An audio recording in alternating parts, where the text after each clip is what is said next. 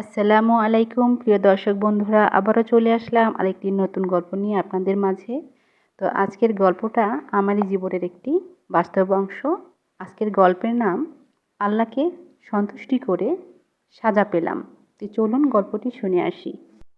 গ্রামে আমাদের একটি বাড়ি আছে, সে বাড়িটা আমি এবং আমার হাজব্যান্ড বিক্রি করব। তো আমরা দুজন বিক্রিও করে ফেললাম বাড়িটা।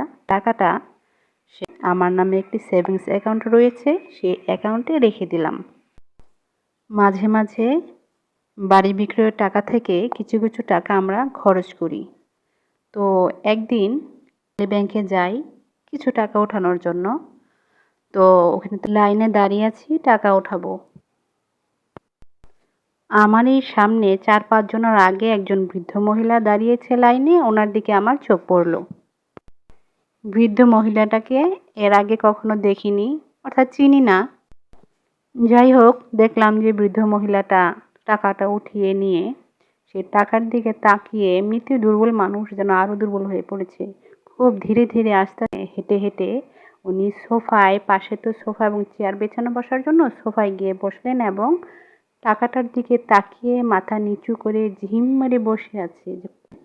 দেখে মনে হচ্ছে যে ওনার অনেক সমস্যা। ওনাকে যে আমি ফলো করছি উনি কিন্তু সেটা জানে না। আমি ভাবলাম যে একটু জিজ্ঞাসা করাই যায়, যদি আমার সামর্থ্য থাকে ওনাকে উপকার করার জন্য তো উপকার করলাম, তাতে আল্লাহ আমার প্রতি সন্তুষ্ট থাকবেন। আমি লাইন থেকে ছুটে সেই বৃদ্ধা মহিলার পাশে বসলাম। বসে বললাম, চাচি মন খারাপ করে বসে আছেন কেন? উনি কোনো কথা বলে না। আমি বললাম, চাচি আপনার কোনো সমস্যা, কি হয়েছে বলেন তো। তো উনি যেটা বললেন সেটা আপনাদের বলছি। চাচি বললেন ওনার স্বামী মারা গেছে অনেক আগে। স্বামী যখন জীবিত ছিল তখনই অ্যাকাউন্ট করে দেয় ওনার নামে, সেভিংস অ্যাকাউন্ট। তো হঠাৎ মাঝে মাঝে উনি কিছু কিছু টাকা এই ব্যাংকে রাখেন, কখনো ওঠাননি টাকাটা। তো কখনো এখান থেকে টাকা ওঠায়নি। ওনার এক ছেলে 2 মেয়ে। বড় মেয়েটাকে বিয়ে দিয়েছে, ছেলেটা রয়েছে বড়, বিয়ে হয়নি। আর মেয়ে, ছোট মেয়ে, ও কালো, যার কারণে বিয়ের ঘর আসি বিয়ে হয় না। যা যৌতুক চায় বৃদ্ধা মহিলা যৌতুক দিতে সক্ষম নয়, যার কারণে বারবার বিয়ে ভেঙে যাচ্ছে। 50,000 টাকা যৌতুক অনেকের কাছেই গিয়েছিল, কেউ টাকা হালত দেয় না। কারণ বুঝতেই তো পারছেন, মহিলা যদি দিতে না পারে সেজন্য কেউ মহিলাকে হেল্প করছে না। এই বৃদ্ধা মহিলার বড় মেয়ের কাছে টাকা চাইলে বড় মা বলে মেয়ের জামাই বলেছে যে হ্যাঁ মা, আমি আপনাকে 20,000 টাকা দেব। এই 2 দিন আগে জানিয়েছে সমস্যা আছে, 20,000 টাকা দিতে পারবে না। যার কারণে মহিলাটা এমন চিন্তিত যে বিয়ের দিন বাকি আছে আর মাত্র 15 দিন। এখন আর 30,000 টাকা হলে মেয়েটার বিয়ে দিতে পারে। কিভাবে টাকাটা ব্যবস্থা করবে না জানি এবার বিয়েটা ভেঙে যায়। মেয়ে তো ভেবেই নেবে তার এই জীবনে আর বিয়েই হবে না। মেয়েটার মনের যে কতটুকু কষ্ট সেটা একমাত্র মাই উপলব্ধি করতে পারছে। মা এমনিতে বৃদ্ধ, শারীরিকভাবে মানসিকভাবে দুর্বল। এত বড় চাপ নিতে যে ওনারও কত কষ্ট হচ্ছে।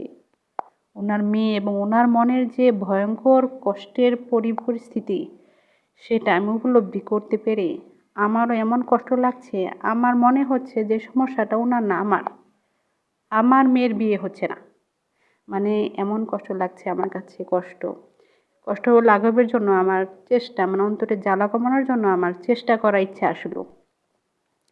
আমি চাচিকে বললাম, চাচি আপনি বসেন, আমি ব্যাংক থেকে 30,000 টাকা উঠিয়ে আপনার হাতে আপনাকে আমি দিব, আপনি বসেন। তো আমি ব্যাংক থেকে 30,000 টাকা উঠিয়ে ওনার হাতে দিই। হ্যাঁ, কষ্টে কষ্টে উনি এমন স্তব্ধ হয়েছেন, ওনার মানে মুখ দিয়ে যেন কথাই বের হয় না। তো উনি একটা কথাই বললেন, আমি আপনাকে এই টাকাটা দিয়ে দিব।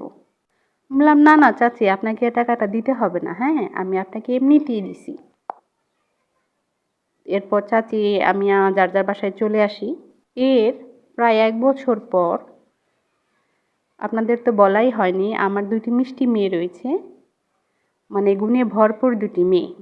তো বড় মেয়েটি কলেজে পড়ে। ওই সময় আমি আমার মেয়ের জন্য যে ধরনের পাত্র পছন্দ করি, মানে বিয়ের জন্য যে ধরনের পাত্র পছন্দ করি, তো ওইরকম একটি সম্বন্ধ বা প্রস্তাব আসে আমার মেয়ের জন্য, যার কারণে আমরা অত্যন্ত সম্বন্ধটা পছন্দ করি এবং বিয়ের ডেট ফেলি 1 মাস পর। কিন্তু বরপক্ষরা বলছেন যে না, বিয়েটা 1 মাস পরেই হোক, আমরা আগামী সপ্তাহে ওদের কাবিনটা করে ফেলি, কাবিনটা হয়ে থাক, আপনারা বিয়ে তারপর উঠিয়ে নেওয়াটা না 1 মাস পরেই করবেন। এখন কাবিন হওয়ার পর ওনারা শক্ত করে ধরলেন না, বিয়েটাও হয়ে যাক, কাবিন বিয়েটা হয়ে থাক, পরে না হয় আপনারা উঠিয়ে দেবেন। বরপক্ষদের অনেক রিকোয়েস্টের কারণে আমরা রাজি হলাম। বিয়ের আলোচনার মধ্য দিয়ে আমাদের 15টা দিন কেটে গেল।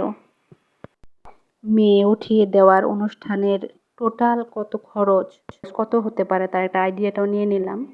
এখন আমি আমার হাজব্যান্ড আমরা ব্যাংকে যাব টাকা উঠিয়ে নিয়ে আসার জন্য। তো আমার হাজব্যান্ড টাকা ওঠানোর জন্য সিরিয়ালে দাঁড়িয়েছেন। এরপর চেকের পাতাটা ওনারা দেখলেন এবং বললেন যে আপনার অ্যাকাউন্টে 30,000 টাকা কম আছে। কথাটা শুনে আমার হাজব্যান্ডের মাথায় তো আকাশ ভেঙে পড়ল। এখন আমার হাজব্যান্ড তো বিশাল দুশ্চিন্তায় পড়ে গেছেন এবং আমাকে বারবার জিজ্ঞেস করতে লাগলেন কীভাবে এই 30,000 টাকা কম পড়তে পারে। তো এরকম বারবার জিজ্ঞেস করতেছে এবং এরকম করতেই থাকবে, আমি যেটা বুঝতে পারলাম। তো আমি বললাম যে, যার কারণে বলেই ফেললাম, দেখো আমি না 30,000 টাকা খরচ করে ফেলেছি, কীভাবে খরচ করেছি তোমাকে আমি বলছি। উনি কোনো কথা নাই। এই কথা শোনার পর হনহন করে ব্যাংক থেকে বের হয়ে রাস্তায় গেলেন, আমিও পিছন পিছন আছি। রিক্সা একটা ভাড়া করলেন, দুজনে রিক্সায় উঠলাম। তো মুখের অবস্থা এমন যে বেলুন যেভাবে ফুলে, রাগে ফুলতে ফুলতে ফুলেই যাচ্ছে, আর চোখ দুটো লাল টকটকে। আমি তো বুঝতেই পারছি যে আমার কপালে আজ কী আছে। হ্যাঁ, তো আমি কিন্তু ভিতর ভিতর খুব ভয় পাচ্ছি, খুব ভয় পাচ্ছি। তো পুরোটা রাস্তায় মানে রিকশায় চড়া অবস্থায় একটা কথা উনি আমার সাথে বলেননি। তো আমিও ভয়টার কিচ্ছু বলি না। আমাদের বাসার কাছে গিয়ে যখন গেটটা খুললাম, খুলে দুজনে ঢুকলাম, আমার হাজব্যান্ড আর ঘরে ঢুকলেন না, উঠানে দাঁড়িয়ে রইলেন। এখন আপনারা বুঝতেই পারছেন দর্শক, আমার বলার কোনো প্রয়োজন নেই যে আল্লাহকে সন্তুষ্টি করার কারণে কী সাজাটা মানে হাজব্যান্ডের পক্ষ থেকে পেলাম, আপনারা তো বুঝতেই পারছেন। আমি আর বললাম না। তো যাই হোক, আমার মেয়েটিকে উঠিয়ে দেওয়ার অনুষ্ঠানটি খুব সুন্দরভাবে সুসম্পন্ন হয়েছে এবং দয়ালু আল্লাহর দয়ায় আমার মেয়েটিও অনেক ভালো আছে। তো প্রিয় দর্শক বন্ধুরা, আমার গল্পটি আপনাদের কেমন লাগলো অবশ্যই জানাবেন। এবং আমি যদিও শিল্পী না, তবুও কোনো মিউজিক ছাড়া আমার কণ্ঠের গান যদি আপনারা শুনতে চান তো অবশ্যই কমেন্টসে জানাবেন। আমি অবশ্যই আমার কণ্ঠের গান আপনাদের শোনানোর চেষ্টা করব। সে পর্যন্ত আপনারা সুস্থ থাকেন। আজকের মতো বিদায়। আল্লাহ হাফেজ।